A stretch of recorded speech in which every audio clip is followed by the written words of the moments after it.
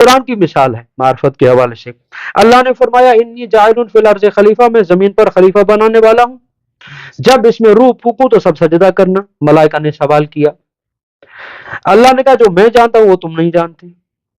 اچھا، پھر اللہ نے تعارف کرایا آدم کا اسما کے ذریعے سے، جس اسما کے ذریعے سے، علم کے ذریعے سے جب تعارف ہوا تو جیسے روح پھونکی گئی سجدہ کیا گیا۔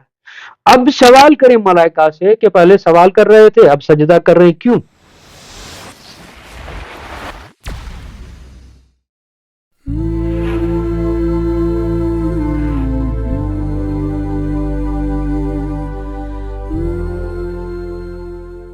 اعوذ باللہ من الشیطان الرجیم، بسم اللہ الرحمن الرحیم۔ شہر رمضان الذی انزل فیہ القرآن ھدی للناس وبینات من الھدی والفرقان۔ السلام علیکم ناظرین، پروگرام معدن الحکمہ کے ساتھ محمد تجمل زیدی حاضر خدمت ہیں۔ تو ناظرین، ہر روز کی طرح آج بھی ہمارے ساتھ ایک مہمان خصوصی تشریف فرما ہے۔ میری مراد استاد حوزہ جناب حجت الاسلام والمسلمین ذیشان علی حیدری صاحب۔ تو قبلہ صاحب کا اس پروگرام میں سب سے پہلے قبلہ صاحب کو خوش آمدید کہتے ہیں، اور آپ کا ممنون و مشکور کہ آپ نے اپنے قیمتی اوقات میں سے وقت نکال کر ہمیں وقت دیا، اس پروگرام میں تشریف لائیں۔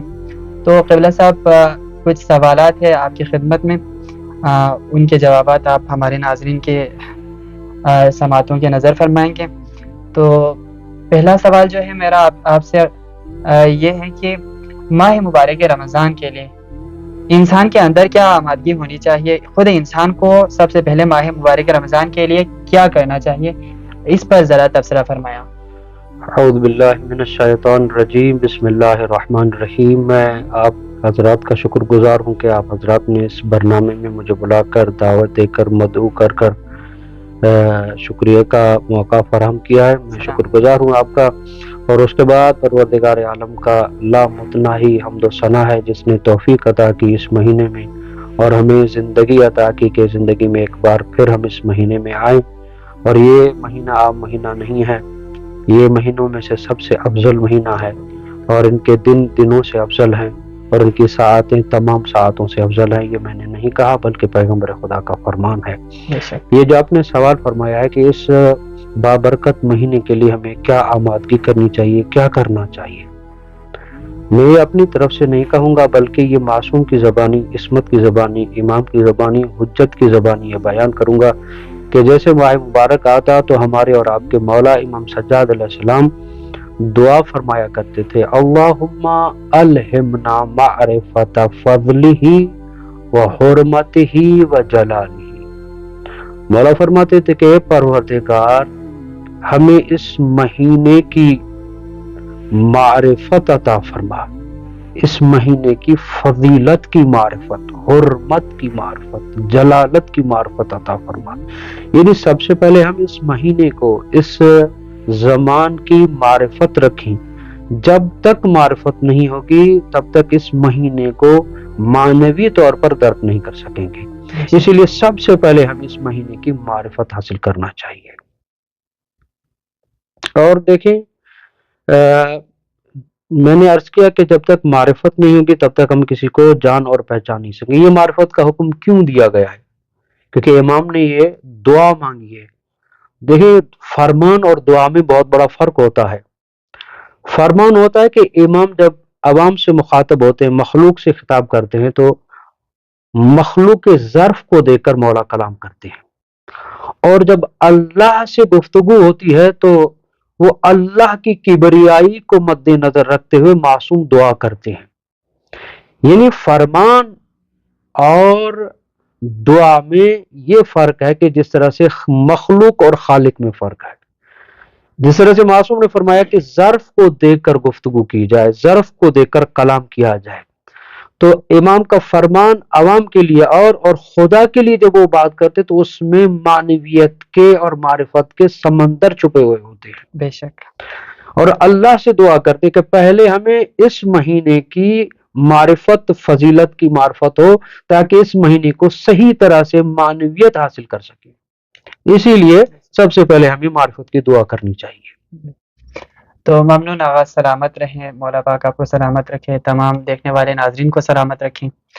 تو آغا، دوسرا سوال جو ہے آپ کے اسی بیان کے اندر سے میں اٹھا رہا ہوں آغا، ابھی آپ ارشاد فرما رہے تھے کہ معرفت کے بارے میں، تو جاننا چاہتا ہوں کہ یہ خود معرفت جو ہے، معرفت کیا چیز ہے اور اس کا حقیقی فلسفہ کیا ہے؟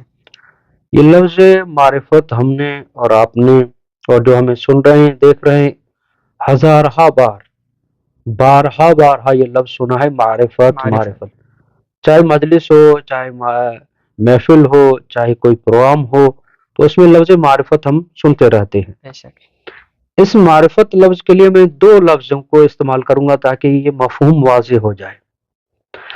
دیکھیں، عربی میں یہ لفظ عربی کا ہے جس کا اصلی لفظ ہے عرفہ، اور اس کا اپوزٹ میں ایک ہے علامہ۔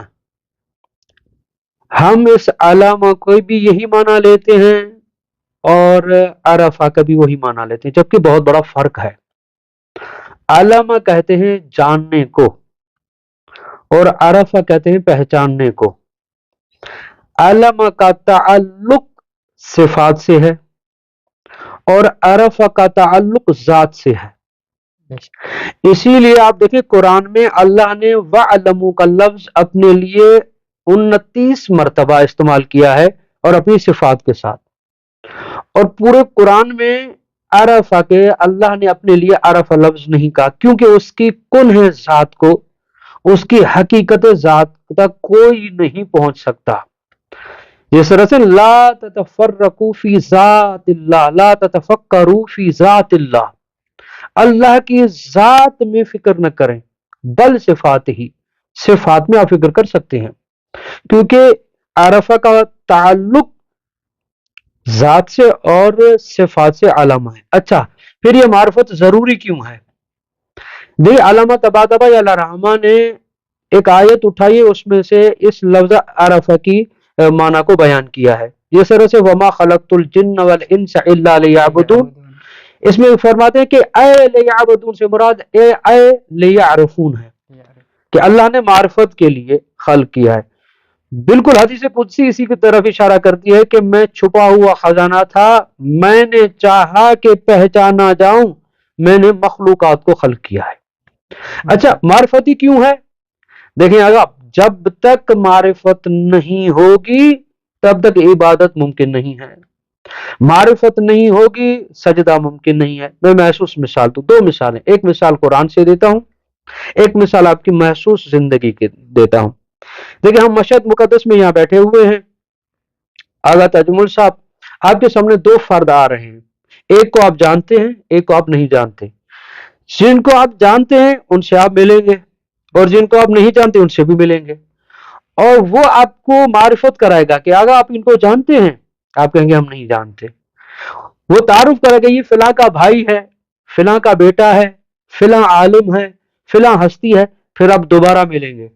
پہلے بھی آپ ملے تھے، اب دوبارہ بھی آپ مل رہے ہیں، دونوں ملنے میں فرق آئے گا۔ میں آپ سے سوال کروں کہ بھئی آغا تجمل پہلے آپ ملے تھے، ایسے ہاتھ دیا تھا، آپ ایسے گلے لگا رہے، کیوں؟ آپ جواب دیں گے کہ پہلے معرفت نہیں تھی، ہم نے ایسے ہاتھ دیا تھا، اب معرفت آ گئی ہے تو گلے لگا رہے ہیں۔ یعنی آپ کے اس عمل نے بتایا معرفت آئے گی تو تعظیم بڑھے گی، معرفت آئے گی تو خشوع اور خضوع میں اضافہ ہوگا۔ یہ تو میں نے اپنی مثال دے دی ہے، قرآن کی مثال ہے معرفت کے حوالے سے۔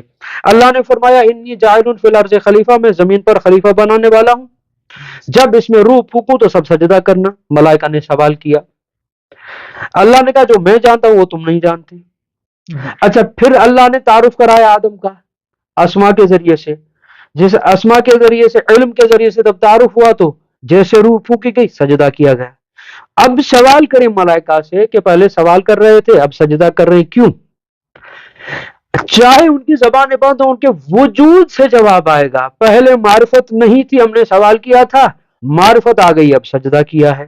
تو یعنی معرفت خاصہ تعظیم ہے، معرفت خاصہ عبادت ہے، بنیاد عبادت ہے، بنیاد سجدہ ہے۔ جب تک معرفت نہیں آئے گی تب تک آپ سجدہ نہیں کر سکتے۔ اسی لیے امام سجاد علیہ السلام نے فرمایا تھا پروردگارا اس مہینے کی فضیلت کی معرفت عطا فرما۔ اگر معرفت نہیں ہوگی، ہمارے پاکستان میں سن رہے ہیں، ہمیں دیکھ رہے ہیں، اس بات کو محسوس کر رہے ہوں گے کہ دیکھیں جب ماہ مبارک آتا ہے تو بعض ایسے افراد ہوتے ہیں کہتے ہیں میرے پاس گندم کم تھوڑی ہے کہ میں روزہ رکھوں، بھئی یہ گندم کی کمی کی وجہ سے روزہ فرض نہیں کیا گیا ہے، کیونکہ معرفت نہیں ہے تبھی یہ کہہ رہے ہیں، ورنہ اس مہینے میں بندہ اللہ کا مہمان ہوتا ہے۔ 11 مہینے جو خطائیں کرتا ہے، اس خطائیں کو پاک یہ مہینہ کرتا ہے۔ اسی لیے اس مہینے کے 3 عشرے ہیں، ایک عشرہ رحمت ہے پہلے 10 دن، دوسرا مغفرت کا ہے، اور تیسرا نجات کا ہے۔ اس کو بھی اگر ہم کھولنا چاہیں تو ہمارے پاس ٹائم اتنا نہیں ہے، مختصر یہ کہیں کہ یہ معرفت آئے گی تب ہم اس ماہ مبارک کو درک کر پائیں گے، اسی لیے سب سے پہلے معرفت ضروری ہے، اور معرفت کا خلاصہ مفہوم یہی ہے۔ ممنون آغا، سلامت رہیں۔ تو ناظرین، آج کے اس سیگمنٹ میں ہمارے ساتھ موجود تھے استاد حوزہ جناب حجت الاسلام والمسلمین ذیشان علی حیدری صاحب۔